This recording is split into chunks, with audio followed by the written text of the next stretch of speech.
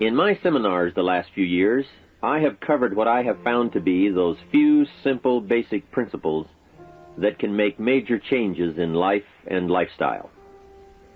One of those subjects that gets the most comment is diseases of attitude. And out of that subject, worry and how to kick the worry habit have caused the most questions. So in this brief visit with you, let me give you my best look at worry, how to recognize it and define it, and what to do about it. And hopefully, these ideas will give you a good chance for confidence over worry. First of all, worry might well be killer number one.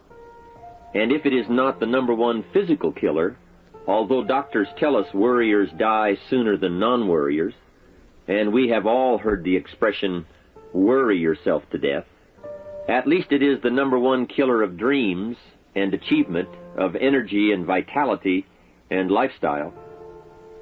I know the damage and effect of this killer, worry, firsthand. I will spare you the details, but over a period of some 3 years, I let worry get out of hand. As I've mentioned before, I became a super worrier. I was good at it. The combination of small and big worries about my circumstances, what people thought of me, my finances, my abilities, the future, my progress, all led to a complete physical collapse, a stay in the hospital, emotional, mental, and physical exhaustion, and a deep despair I couldn't shake. A sad picture for a young man who should have been well on his way to carving out his share of opportunity. I am happy to tell you that good fortune came my way, and as many of you may be aware, I met a man, Mr. Earl Schoaf, with his ideas and inspiration and the help of a very close friend. I worked my way past the minefields of worry and disaster and out into the clear air of mental sunshine. And if I did it, anybody can do it. I'm not saying it's easy. It took me almost a full year to kick the worry habit. It took practice and much effort, but it was well worth it. Remember, don't ask for the task to be easy, just ask for it to be worth it. Don't wish it was easier, wish you were better. Don't ask for less challenge, ask for more skills. Don't ask for less problems, ask for more wisdom. It's the challenge that makes the experience. And life and its color and meaning and adventure for you is this collection of experiences. To wish them away is to wish your life away. So let's get to worry and what it is and what it does, how to define it, and what to do about it. And let's do it with eager, high hope that it won't be long until you will be free of the worry habit and on your way to the life and lifestyle that you want. First of all, let's define worry. There are many ways we could describe it. Worry is fear painting pictures in your mind. And if you watch that mental movie too long, you get a false picture of how things really are. Worry is a mental broadcasting station, and more often than not, it is false or at least distorted propaganda. Worry has that sneaky way of stopping short of giving you all the facts.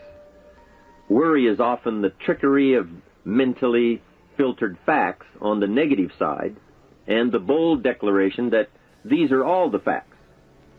Worry has the mental audacity to suggest that the elevator only runs one way, down. Many times worry is a 5-alarm bell for a wastebasket fire. And worry is a depletion of constructive emotion.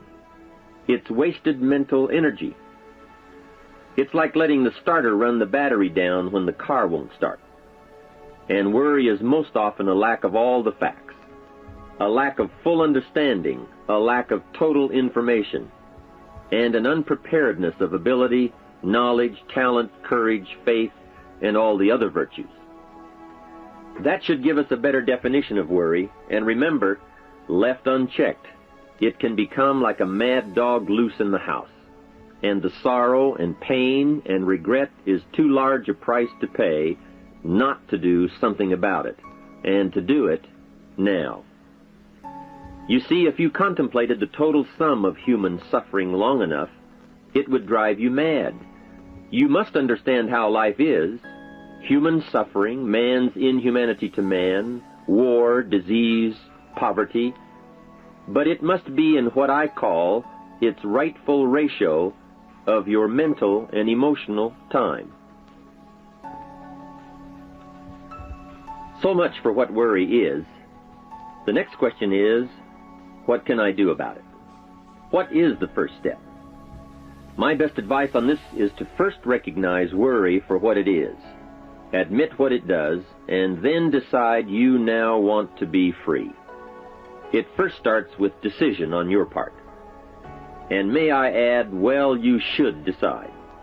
Why let worry continue to take money out of your pocket and bank account? Why let worry any longer keep you from becoming all you can be?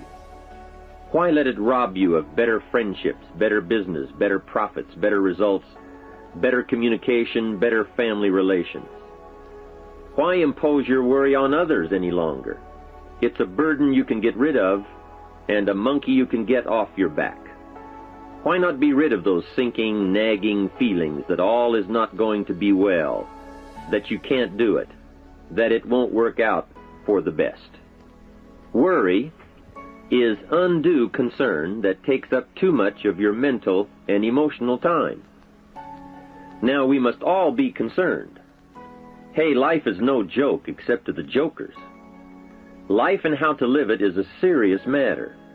It is risky, full of peril, and there are constant threats to the good we want and to the pursuit of happiness. However, it is undue concern, or concern that takes up too much mental time, that begins the harm. It's like a family planning a wonderful trip. While they certainly should be concerned about the condition of the car, the tires, and making sure they pick the proper route, it would be foolish to allow themselves to be completely turned negative with the thought that they might crash and kill the entire family. If that were the case, even if they went, the entire trip would be turned into one nightmare of fear, with the specter of chaos looming around every curve, rather than enjoying the wonderful trip they had planned for themselves and their family. A lot of people do that with their entire life. So, start to make these declarations, and if you mean it, they will start you on your way to confidence and adventure, free of the worry habit. Say first, I've had it with worry. I'm tired of being beaten down and hassled with all those negative mental pictures. I refuse to be tricked by false facts. I'm really not that weak. Never again do I want those sick feelings inside, those mental false alarms. I'm tired of the drain on my resources. I'm tired of the embarrassment of the lack of confidence. I don't want people, especially my family, to see me in this state anymore. I've got more to offer. I refuse to let my life be short-circuited any longer by letting my mind run wild with a distorted view of the facts, whether I bring it up or if it comes from someone else. Prove it to yourself. Think back over all the things that you worried about, all the fantastic, catastrophic events that your well-meaning advisors had told you were going to happen.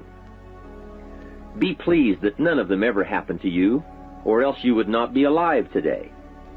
90% of the things you worry about never happen anyway. All of us have had these well-meaning advisors who want to appear larger in the eyes of those they wish to advise, and who immediately rear back and describe every single bad option they can think of that might possibly happen.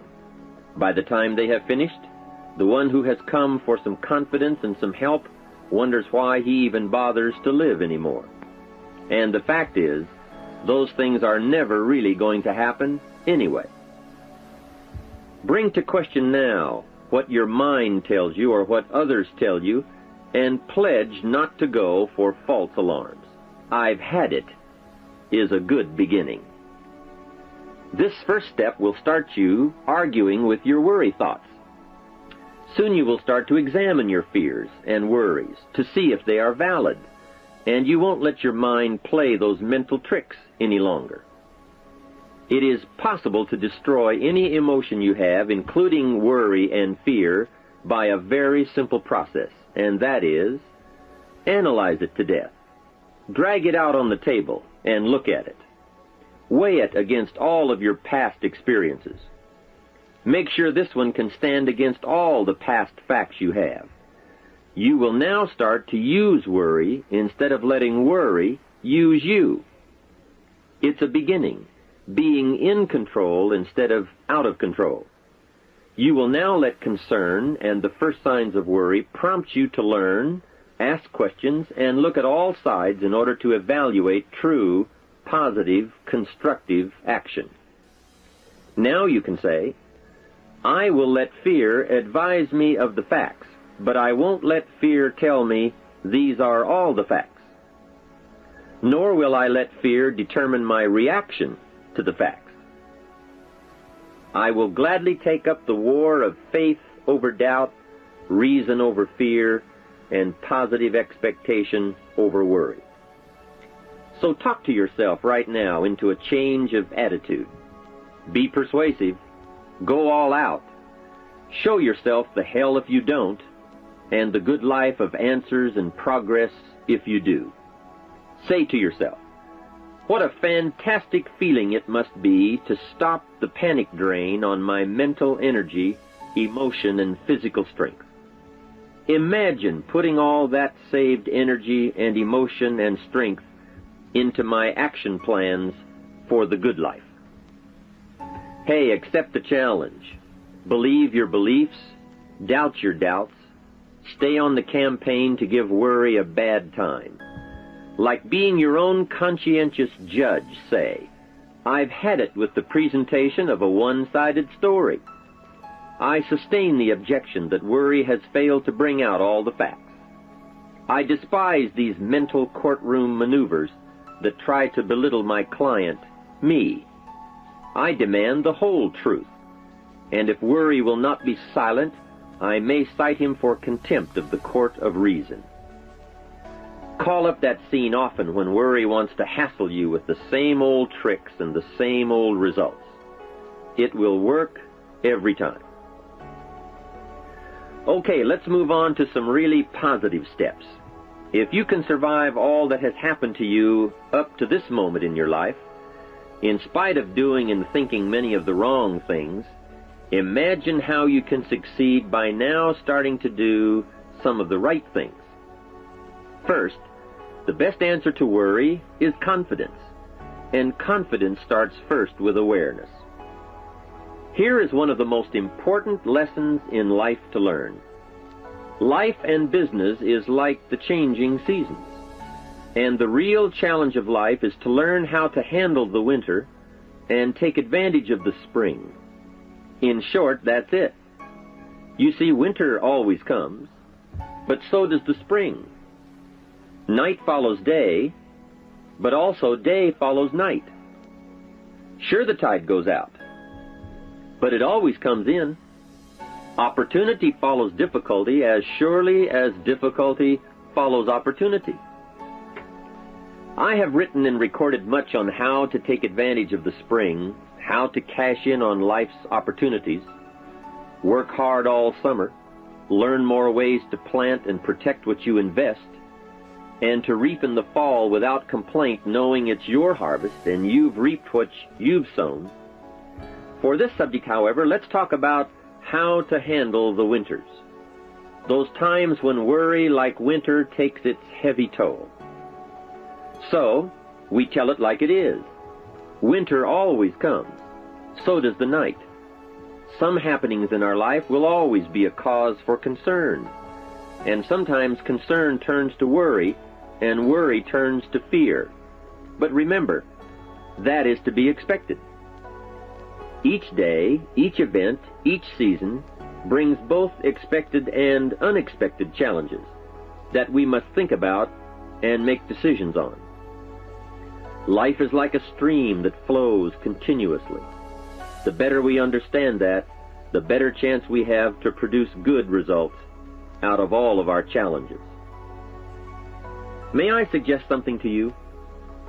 I have a friend who is an avid skier.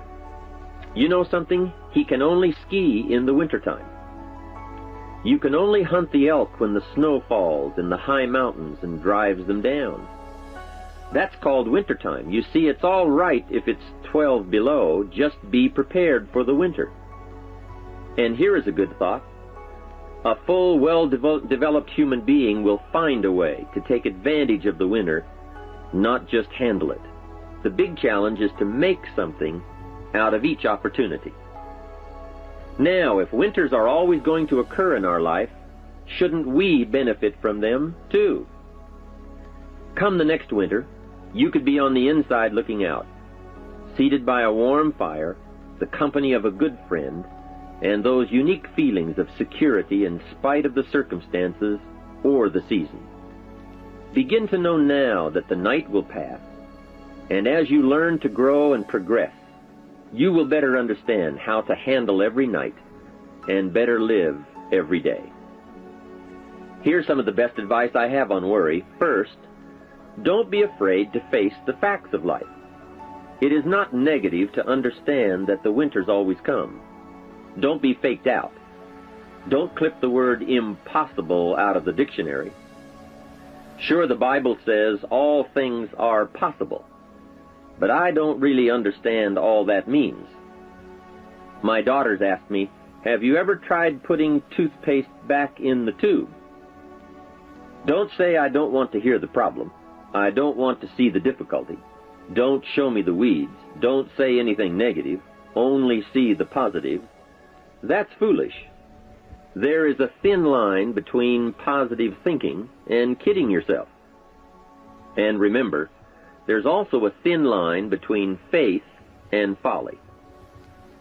Here is the key. Humans have the unique ability to see it as it is, and they also have the ability to see it better than it is. One is called fact, the other is called faith. Faith you develop, facts you acquire. The facts you acquire are essential. It's like belief. You constantly must find facts to support your belief. Faith says, I will move mountains. It doesn't say, I will move mountains if someone gives me a bulldozer. I'll move a mountain if they will build me a road up there, if the weather's nice, if they give me a shovel. Faith just says, I will move mountains. Faith doesn't ask for a result to prove its existence. Faith is because it is. And remember, people die for faith. And some people give up everything they own, their life, for faith. Many years ago, over in Vietnam, a Buddhist monk did a very clever thing. He did the ultimate in political dissent. He burned himself to death. That toppled the government. That was faith. Totality begets totality. Here is a good prayer. Help me to see it as it is, and help me to see it better than it is, and then inspire me to act. Facts and faith and action. What a combination for personal progress. And action puts fear to flight. An Old Testament phrase says, watch the ants, you sluggard. Consider their ways and be wise. Not a bad suggestion. The study of ants. What do they do in the summer to prepare for the winter? That's a lesson in life and survival. Happiness, wealth, peace, security, success, safety, friendship, reward, results, and all human achievement comes from a growing ability to understand and handle the changing seasons. And so we come right back to the theme of our entire enterprise, self-development. Learn to work harder on yourself than anything else. The key to all success in economics or mental health is self-development. It will all change for the better when you change for the better. It's what you become that really counts. And you are the only variable. So a good statement is, you can't be all positive. You can't be all confident. You can't be all faith. But confidence and faith and courage and inspiration can dominate worry and fear. Physical and emotional forces are always at work, and something will win and conquer. Make sure you give yourself the best chance to get mental and emotional domination over all of your challenges. And here is one of the master keys to the good life: developing the intelligence and accepting the challenge of putting all of your emotional experience into their rightful ratio. Beginning this progress can bring about the most dramatic changes. You see, disappointment is like winter. It always comes. It is foolish to say, don't be disappointed. But you must learn to discipline your disappointment. If it dominates 51% of your time, you're in trouble. Continued heavy disappointment is like 12 months of winter, and 12 months of winter leaves very little alive. Use the guidelines of seasons to adjust to all the meaningful things that happen to you. So concern, fear, and disappointment, like many human emotions, serve a useful purpose as long as they are kept in their rightful ratio. Left unattended, the weeds take over. Disappointment rules. Worry breaks loose. Fear gets the upper hand, and doubt moves in. But managed, worked, given human action with will and knowledge and purpose, and gardens overcome weeds. Faith overcomes doubt, and confidence pushes worry into a small place. The second major key to mastering worry is to respond. Build up inside of you that heavy desire to be free, to get on with building your life and lifestyle. Too much is waiting to delay. Take a new look at your opportunities. Figure out new ways to seize them immediately and make them work for you. And here is the key. Bring a new dedication that you will master yourself with enough discipline to be more than qualified to do the present job and prepare yourself for the next move up. Expose yourself to every stimulation possible that will put all this in perspective. Now let's move on to a very important point, and that is, the best answer to worry is confidence. First, self-confidence. I can better handle next winter. I have a strong shelter. It is stocked with supplies. I now know how to take advantage of the spring. I'm going to plant better crops and bigger crops. I can last through the summer. I won't quit this time. I'll study weeds and how to get rid of them. I'll be less frightened of the changing weather and the quick storms. In the fall, I will exercise more care and reap what I have without complaint and blame nothing for the amount of my harvest. I'll learn to save a fair portion so that I can survive the bad seasons when out of control the hailstorm comes and it all goes wrong. Now we must consider this. The most fatal deterrent to self-confidence is guilt. Not doing all you know how to do to the full extent of your present ability weakens the foundation for confidence. The biggest part of worry comes from the lack of this personal confidence. And lack of confidence comes from two major things. First, no goals or plans. And second, no daily discipline to achieve. The inaction to cure or handle small tasks is what starts the guilt process. And that always tends to make you look at what's wrong and expect the worst. So listen to the voices of creative experience. Let nature, experience, wisdom, books, everything speak to you and teach you. Remember, both opportunity and challenge await action. Everything yields to diligence. It's not what you can do, it's what you will do that counts. And undeveloped ability comes from three problems. First, lack of inspiration to find out.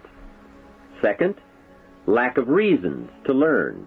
And third, lack of applied time and action for developing those abilities. Remember, humans are remarkable, a marvelously functioning entity. Imagine how uniquely your body and mind have survived and managed to function in spite of all the worry. Humans don't die easy. They die hard. Develop a plan for your life rather than aimlessly drifting through it, the victim of circumstance. Create your own environment and learn to control it. You control your own mental environment by developing yourself. So go on a crash program to clean up decisions, get things done, get other things set up and started and organized. Start doing all the things that would make you feel better: exercise, diet, reading more books. Open a floodgate of positive moves in the right direction. And be thankful. Add up what you do have. Make an actual as well as a conscious mental list of all you possess, tangible as well as intangible. In view of the 4 billion other inhabitants of the world, yours is probably an incredible list. That list, and being thankful, should then lead to the big step of discipline. The discipline to sit up and listen, the discipline to pay attention, the discipline to give people and kids the gift of your attention, the discipline to be alert, take care of yourself, rest, eat properly, the discipline to talk well and practice good manners. Courtesy is contagious. Take one day and see what a variety of positive steps you can take and projects you can take on. At the end of the day, go over it. Write out the positive steps, the progress on projects, the rest, the exercise, the meals, the hobbies, calls, records, conversations, and letters. And speaking of calls and letters, write at least one encouraging letter or thank you note, and make at least one encouraging phone call or thank you call every week. Then have a friend help you, as one helped me, to get all the facts and prepare for action. From such a friendship, the greatest gift you can draw is the truth. To one of my dearest friends I said just the other day, "As my friend, do me the one best thing you can do for me, and that is, tell me the truth. From there I can grow. I can start making wise decisions." We all admire poise, confidence, awareness, courtesy, good manners, courage, health, kindness, attention, beauty, speech, expression, and unhurried intensity, and talent at work. This can be your life. Say with me today, "Today I will draw on all I've learned and practiced, from curiosity to confidence, and I will utilize it all to meet the experiences and challenges that may come my way or that I may seek out. And if all I know and do does not meet or match some unforeseen challenge or experience, I will keep careful notes and take them to my private conference table and try to figure them out and learn and grow. Mixed in my curiosity is thanks that I'm alive and able to see and feel and learn and handle and enjoy being human and being alive, and having been given a chance to turn challenge into experience. How great to have a mind to expand and a soul to nourish, to have hands that can feel, a heart that can experience, a mind that can inquire and learn, a soul that can soar, a body that can respond, to know love, sadness, hope, disappointment, accomplishment, failure, thrills, terror, appreciation, bafflement, wonder, awe, frustration, misery, confidence, courage, contentment, impatience, expectation, apprehension, fulfillment, music, sound, pictures, art, beauty, and harmony. To have all this happen to one is one thing. To know it is all happening is much more. I wish for you that you might develop a growing awareness of the world around you and your possibilities in it. Develop a sense of history and destiny, and be grateful for the opportunity that you have to participate in that grand endeavor. To sum it all up, first understand what worry is. You now know that it can be beneficial and destructive, depending on your awareness. Next, resolve to be free of the habit. That job is up to you, to work on yourself, to get the right attitude. Next, start the daily action of first cleaning up all your current situations. Remember, little achievements lead to confidence that conquers guilt. Then buy up every challenge to reach your goal. You can now handle it, the winter, the spring, the harvest. Bring a new zeal to every problem, to every fear, to every opportunity.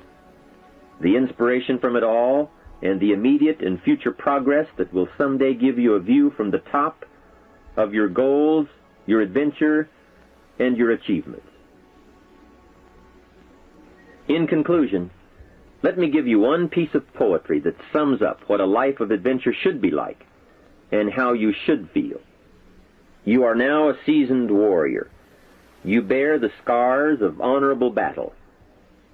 And here is where you stand today. The familiar words of William Henley, "Out of the darkness that covers me, black as the pit from pole to pole, I thank whatever gods may be for my unconquerable soul. In the fell clutch of circumstance I have not winced nor cried aloud. Under the bludgeonings of chance my head is bloody but unbowed. It matters not how strait the gate, nor charged to punishments the scroll. I am the captain of my fate, I am the master of my soul." From all of my staff, and from myself, personally, I want to thank you for listening. Let's do something remarkable.